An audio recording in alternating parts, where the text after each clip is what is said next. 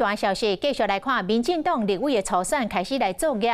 台北市议员王世坚昨日一定议员甲里长的陪同下，领表登记，要来参选士林大东区的立委。当地现任的立委何志伟、苏人木顺镇，早起嘛率领着30外个里长到市党部来领表登记，两个人就是咧拼场。士林大同，何志伟坚定支持。民进党立委初选登记第二天，立委何志伟带超过30个里长到市党部领表登记，甲前日一天比较起来，嘛有真侪议员陪同王世坚热情收听。我信赖，但是不信邪。所以我来了。原本就在既定的计划当中，这是我们既定的行程。我还是认为诚信是做人最基本的原则跟道理。个人的这个生涯的选择呢，我想我不能替他发言，但是我觉得，我都尊重。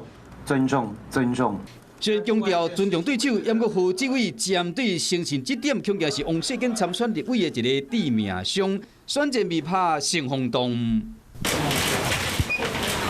民进党伫南松山信义选区嘛发生柯淑华、洪建义要修正为民，两人都是5个议员，引起讨论。我上次在2020的时候，代表民进党在第7选区参选的时候，得票数是43%。任何人要来选的话，我觉得我们都予以尊重。那也期待我们是一个良性的一个选举。上一届蔡英文总统选了800多万票，大家都知道。立法委员其实跟总统选举是牵连在一起的。以我来参选，我个人认为，我用走的方式，票绝对有机会达到甚至于突破42.58%。